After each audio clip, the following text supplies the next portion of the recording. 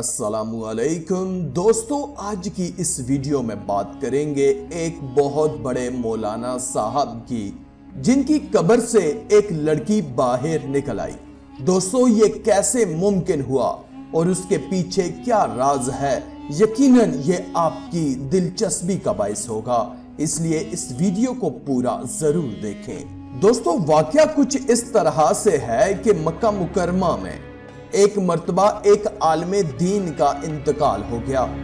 انہیں مسلمانوں کے ایک قبرستان میں دفن کر دیا گیا۔ ان کی موت کے کچھ سال کے بعد ایک اور شخص کا انتقال ہوا۔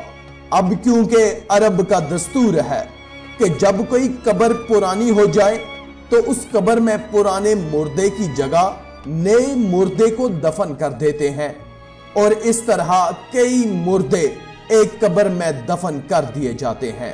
لہٰذا اس شخص کو دفن کرنے کے لیے جب مولانا صاحب کی قبر کو کھولا گیا تاکہ مردے کو اس قبر میں دفن کیا جائے، تو قبر کھولتے ہی ایک عجیب و غریب منظر سامنے آ گیا تھا۔ اس قبر میں عالم صاحب کی لاش کے بجائے ایک نہایت ہی حسین اور خوبصورت لڑکی کی میت تھی، اور وہ لڑکی کسی یورپین کنٹری جیسے امریکہ یا فرانس وغیرہ کی معلوم ہوتی تھی۔ سب لوگ بہت زیادہ حیران ہوئے اور تھوڑی ہی دیر میں یہ خبر پورے علاقے میں پھیل گئی کہ فلاں عالم کی قبر میں ان کی میت کی جگہ ایک نئی لڑکی کی لاش ہے۔ لوگ دور دور سے یہ منظر دیکھنے کے لیے وہاں پہنچ گئے۔ ناظرین، جب یہ خبر پھیلنے لگی کہ عالم صاحب کی قبر سے لڑکی نکلتے ہی اس کے آس پاس کے لوگ وہاں جمع ہو گئے۔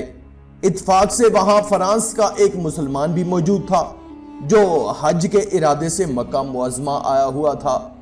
اس نے جب اس لڑکی کی صورت دیکھی تو کہا، میں اس لڑکی کو جانتا ہوں، یہ فرانس کی رہنے والی ہے، اس کا پورا گھر عیسائی ہے، لیکن یہ خفیہ طور پر چپکے سے مسلمان ہو گئی تھی، اور اس نے مجھ سے ہی اسلام کی کچھ کتابیں پڑھی تھی، اور پھر کچھ دن کے بعد یہ بیمار ہو کر مر گئی، تو اس کے گھر والوں نے اسے عیسائیوں کے قبرستان میں دفن کر دیا تھا، اور بات یہ ہے کہ اب اس کی لاش مکہ میں پہنچ گئی ہے۔ لوگوں نے کہا کہ اس لڑکی کی میت یہاں ہونے کی وجہ یہ ہو سکتی ہے کہ یہ نیک اور مسلمان تھی، لیکن پھر عالم صاحب کی میت کہاں گئی، ان کی لاش کا کیا ہوا؟ کسی نے کہا کہ ہو سکتا ہے کہ ان کی لاش لڑکی کی قبر میں چلی گئی ہو۔ تو وہ جو فرانس کا مسلمان تھا، اس نے کہا کہ میں کچھ دنوں میں حج سے فارغ ہو کر اپنے ملک جا رہا ہوں، میں اس لڑکی کے گھر والوں سے مل کر اس لڑکی کی قبر کشائی کر کے دیکھوں گا کہ آخر کیا معاملہ ہے، یعنی اس لڑکی کی قبر کو کھول کر دیکھوں گا کہ یہ ماجرا کیا ہے۔ لوگوں نے کہا کہ ٹھیک ہے، اور ان لوگوں نے ایک آدمی کو اس کے ساتھ بھیج دیا۔ اس آدمی نے اپنے ملک جا کر لڑکی کے گھر والوں سے سارا واقعہ بیان کر دیا، تو لڑکی کے گھر والے یہ سن کر بہت حیران ہوئے۔ چنانچہ حقیقت کو جاننے کے لیے انہوں نے لڑکی کی قبر کھولی، تو لڑکی کے تابوت میں اس عالم صاحب کی میت تھی جو مکہ میں دفن کیے گئے تھے۔ وہ لوگ بہت حیران اور پریشان تھے کہ آخر یہ ماجرا کیا ہے۔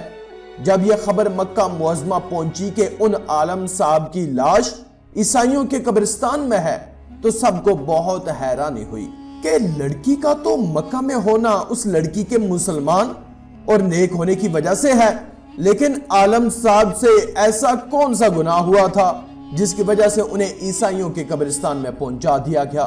چنانچہ جب ان کی بیوی سے پوچھا گیا کہ تیرے شوہر میں ایسی کون سی بات تھی جو اس کے ساتھ یہ معاملہ پیش آیا، تو عالم صاحب کی بیوی نے بتایا کہ میرا شوہر تو بڑا نیک اور نمازی انسان تھا، تہجد گزار تھا اور قرآن کی تلاوت کرنے والا تھا۔ لوگوں نے کہا کہ ذرا سوچ کر بتاؤ، آخر کوئی تو ایسی بات ضرور ہوگی جس کی وجہ سے اتنا سب کچھ ہو گیا۔ بیوی نے بہت غور و فکر کرنے کے بعد کہا، اس کی ایک بات مجھے ہمیشہ کھٹکھٹاتی تھی، جب بھی اس پر غسل جنابت واجب ہوتا تھا تو وہ نہانے سے پہلے کہتا تھا کہ عیسائیوں کے مذہب کی یہ بات بہت اچھی ہے کہ ان پر غسل واجب نہیں ہوتا، ہمیں تو سردی میں بھی نہانا پڑتا ہے۔ ہو سکتا ہے کہ اللہ نے اسے انہی کے درمیان پہنچا دیا ہو جن کے طریقے کو وہ پسند کرتا تھا اور اسلامی طریقہ اسے ٹھیک نہیں لگتا تھا۔ دوستو، ہو سکتا ہے کہ لوگ اس واقعے سے اتفاق نہ کریں۔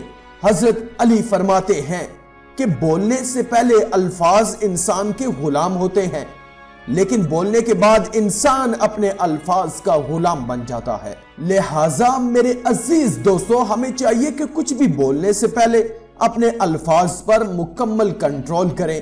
ایک اور مقام پر حضرت علی فرماتے ہیں کہ منہ ایک دکان ہے اور زبان اس کا تالا۔ جب زبان کھلتی ہے تو معلوم ہوتا ہے کہ دکان لوہے کی ہے یا سونے کی۔ دوستو، ہو سکتا ہے کہ ہمارا غیر ذمہ دارانہ طریقے سے بولا ہوا ایک لفظ ہمیں کہاں سے کہاں پہنچا دے۔ لہٰذا ہم اور آپ کو اپنی زبان کھولنے سے پہلے یہ سوچ لینا چاہیے کہ میرے یہ جملے کہیں قیامت میں میری پکڑ کا سبب تو نہیں بنیں گے، میری یہ باتیں کسی کی دل آزاری یا اللہ اور اس کے رسول صلی اللہ علیہ وآلہ وسلم کی ناراضگی کا سبب تو نہیں بنیں گی۔ آخر میں اللہ رب العزت سے دعا ہے کہ اللہ ہم سب کو اپنی زبانوں کا صحیح استعمال کرنے اور بات شریعت کے مطابق کرنے کی توفیق عطا فرمائے۔ آمین یا رب العالمین۔